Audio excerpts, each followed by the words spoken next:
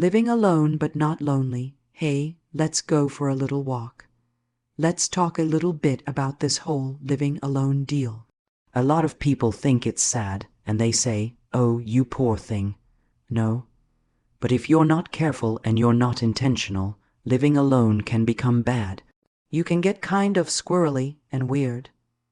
It's really important that you are intentional about it. Living alone does not mean that you're disconnected, cut off from society, lonely, and sad. Some of you out there, though, I've been reading in the comments, and I'm a little concerned for some of you. Listen, here are 3 things that I make sure I do because I do live alone, and I have for many years. 3 top things, not that I like to give advice because I'm just a human out here, not some kind of guru who has all the answers. If I did, yeah, my life would be different. But it is very important that you prioritize these things if you want to thrive while living solo. 1. Always have something to look forward to. It doesn't have to be something super expensive and crazy, like my trip to Paris or whatever nonsense like that. No, it can be something really small, something simple that brings you joy. For instance, I'm looking forward to going and getting a lobster roll down the shore this weekend. And I've been looking forward to it all week.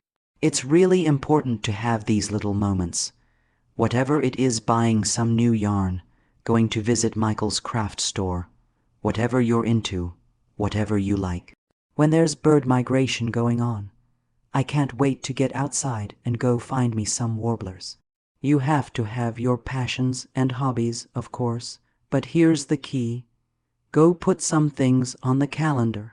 Actually schedule them. You've got to take care of you. You can't sit around waiting for somebody else to plan your life for you. Nobody else is going to do it.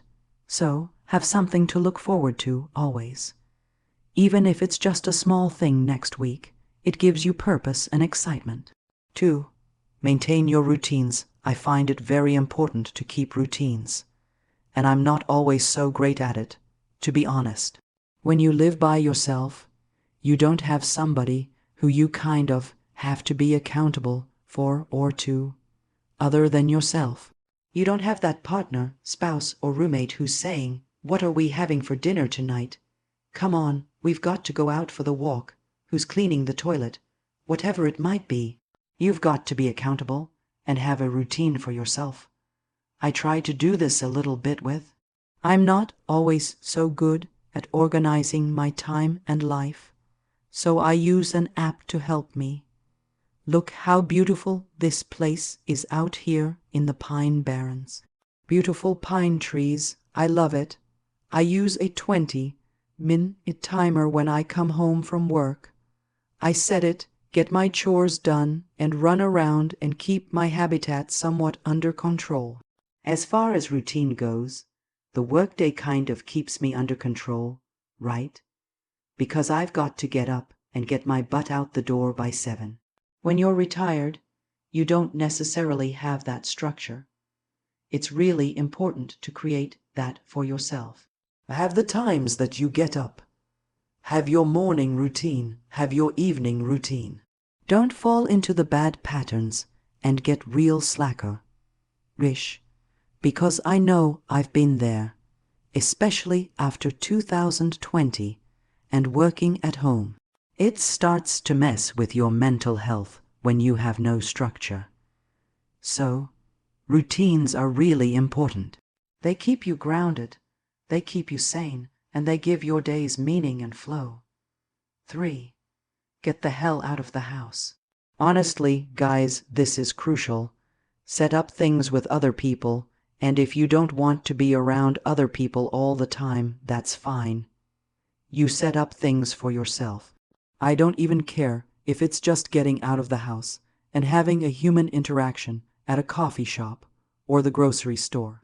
I did that last weekend, and guess what? Shout out to one of our viewers, Jim. I was in line waiting for a friend who's always running late. I've known him for 30 years. But he's always running late. And I hear somebody say to me, "Do you have a YouTube channel?" And I was like, oh, hell no. You know, what have I said? What have I done? Who knows what's going on here? And this really nice guy was looking at me. He was sitting there with some friends. He said, "Do you have a YouTube channel?" I said, "Yes." And his name was Jim, a wonderful guy. My friend was running very late as usual, so Jim said, "Yeah, sit down, have some coffee." So we sat down and chatted for a while. I loved it. It made my whole day. Point being, you never know what you're going to run into, what you're going to encounter, or who you're going to encounter, and that's great. That's the beauty of getting out there. So, you're not going to have these experiences if you don't get out there. You're not going to meet interesting people. You're not going to have those random, wonderful moments.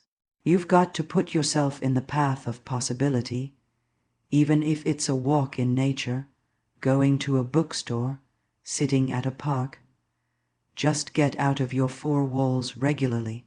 Your mental health will thank you for it. Closing summary. Listen, I love that so many of you are happy, healthy, and love living alone. That is absolutely wonderful, and boom, I am right there with you. Living alone can be one of the most peaceful, fulfilling experiences of your life when you do it right. But listen, make sure you're taking care of yourself, and be honest with yourself about what it is that you need. If you're starting to feel lonely or isolated, look out for that and do something about it. Don't let it fester. Be real honest and upfront with yourself about what you need to do to thrive and survive, okay? Because nobody's going to take care of you but you. You are your own best advocate. And there's no shame in the game of being a little bit lonely, getting a little depressed, a little squirrely if you've been alone too much. It happens to the best of us, so stay on it, okay guys? Check in with yourself regularly. Remember, have something to look forward to. Put it on the calendar. Make it happen. Get the hell out of the house a bit. Human connection and fresh experiences matter. Have some routines, preferably healthy routines. Structure keeps you stable. You don't have to have somebody with you to do these things. Like I said, I'm going down the shore to get a lobster roll. I don't have anybody I'm going with. Who knows what I'll encounter? Who knows what adventures await? Anyway, take care, guys. I love that you're on this walk with me. Take care, enjoy life.